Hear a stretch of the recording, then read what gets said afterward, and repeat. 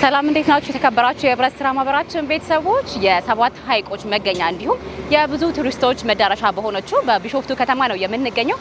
በዚህ ቦታ ላይ አዋጭ ከ2009 ዓ.ም ጀምሮ ከ6400 በላይ አባላትን በማፍራት የቁጠባና የብድር አገልግሎት እየሰጠ ነው የሚገኘው። ከነዚህ መካከል ከ854 በላይ ለሚሆኑት ደግሞ የብድር አገልግሎት በማመቻቸት ማህበራዊና ኢኮኖሚያዊ ችግሮቻቸውን እንዲፈቱ አስችሏቸዋል ማለት ነው። ይሄንና ሌሎች እየሰጠ ያለውን አገልግሎት በሚመለከት ከቅርንጫፍ ቢሮ ስራ አስኪያጅ ከአቶ ቤካ ሀጎስ ጋር ቆይታ አድርገናል። ተከታተሉ። ቢሾፍቱ ብራንች በ2009 ዓ.ም በቶርበን ገርባ ቢሾፍቱ ህንፃ ላይ የመጀመሪያው ቢሮ ተከፈተ። የተወሰነ ጊዜ ከቆየ በኋላ እንደገና ወደ ጠንክር ቢሮ ሄዶ ጠንክር ቢሮም ከ3 እስከ 4 ዓመት ድረስ ቆይቷል።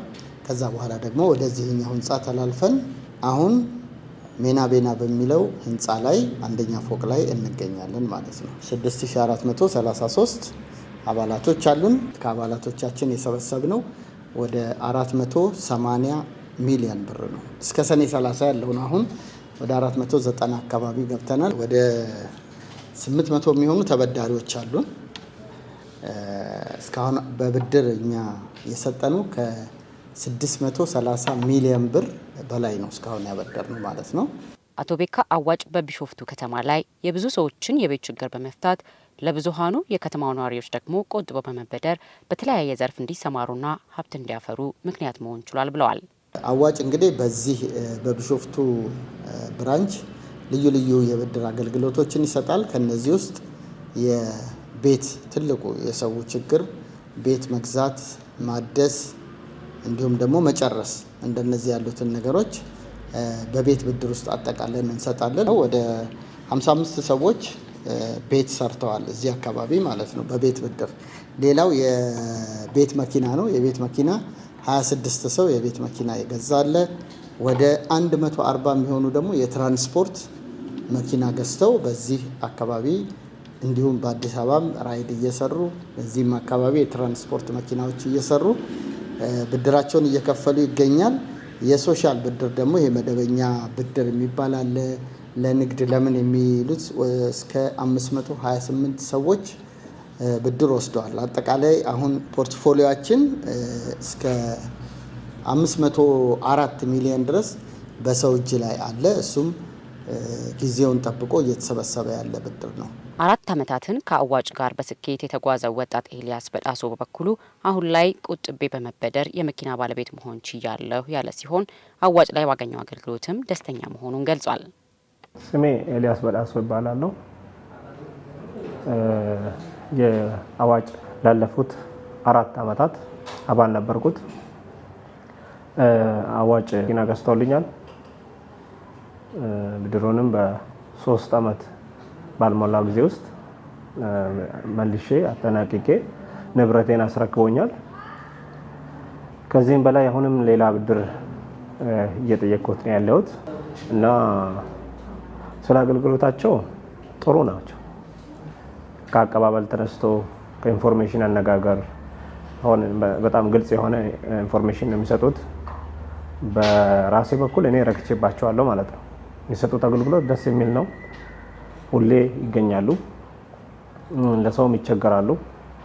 ለምሳሌ ቢወስድ እኔ የመጀመሪያ መኪና ፕሮሰስ አደረግ ብዙ ከኔ ጋር ዋጋ ከፍለዋል እና ጥሩዎች ናቸው። ከሌሎች አንጻር እኔ አዋጭን የማደንቅ ሰው ነኝ። በመጨረሻም አቶ ቤካ አዋጭ ህብረት ስራ ማህበር በመሆኑ በአነስተኛ ወለድ ነው አባላቱን ተጠቃሚ እያደረገ የሚገኙ ያሉ ሲሆን በተለይም የቢሾፍቱ ከተማ ነዋሪዎች የዚህ እድል ተጠቃሚ እንዲሆኑ ጋብዘዋል። እንግዲህ አዋጭ ከሁሉ በላይ ከማንኛውም ኢትዮጵያ ውስጥ ካሉ አበዳሪ ድርጅቶች ወይንም ማህበራት የተሻለ ኢንተረስት አለው። ኢንተረስቱ በጣም ዝቅተኛ ነው። ለቤትም ለመኪናም እንዲሁም በመደበኛ ብድሮች ላይ አንዳንድ ጊዜም ደግሞ በመደበኛ ብድሮች ለሴቶች የተወሰነ ዝቅ አድርጎ የሚያበድረው ነገር አለ።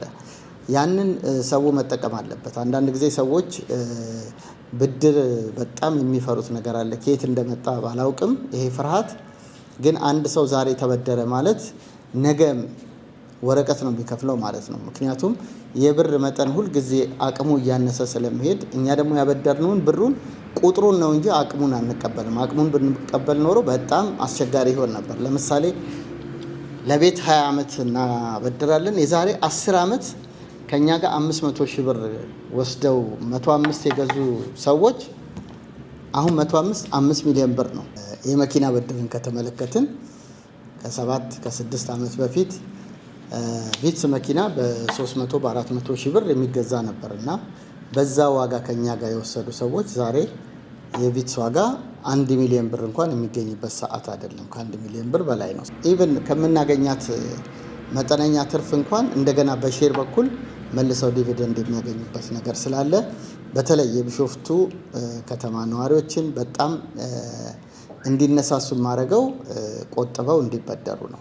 የተከበራችሁ የህብረት ስራ ማህበራችን ቤተሰቦች እንግዲህ በቢሾፍቱ ከተማ ተገኝተን አዋጭ በቢሾፍቱ ቅርንጫፍ ቢሮ እየሰጠ ያለውን አገልግሎት ወደ እናንተ አደረስን። የትኛውንም የቁጠባና የብድር አገልግሎት የምትፈልጉ ከሆነ አድራሻችን ሜና ቤና ህንፃ 1ኛ ፎቅ ላይ ነን። መታችሁ አገልግሎታችን ተጠቃሚ ሆኑ እያለን አብራችሁን ስለነበራችሁ ግን እናመሰግናለን። ጤና ይስጥልን።